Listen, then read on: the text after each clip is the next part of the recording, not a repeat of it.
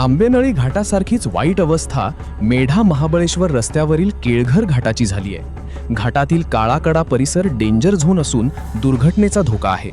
या परिसरात संरक्षक कठडे नसल्यामुळे प्रवास जीवघेणा बनला आहे। महाबळेश्वर विटा या मार्गाचे काम गेली 3-4 वर्षे सुरू आहे। केळघर घाटातही याच ठेकेदाराने काम केले आहे। काळाकडा ते खालचे माचुतर या टप्प्यात वनविभाग परवानगी देत नसल्याचे कारण पुढे करत रस्त्याचे रुंदीकरण, मोऱ्यांचे नूतनीकरण, साईड पट्ट्यांवर भराव, संरक्षण कठडे व दिशादर्शक फलक याचे कामच झालेले नाही। याच परिसरात अपघाताचे प्रमाण सर्वाधिक आहे। महाबळेश्वर या थंड हवेच्या ठिकाणी पर्यटनासाठी येणाऱ्या लोकांना साताऱ्यावरून मेढामार्गे हा रस्ता सोयीचा वाटत असल्याने या मार्गावर वाहनांची वर्दळ वाढली आहे।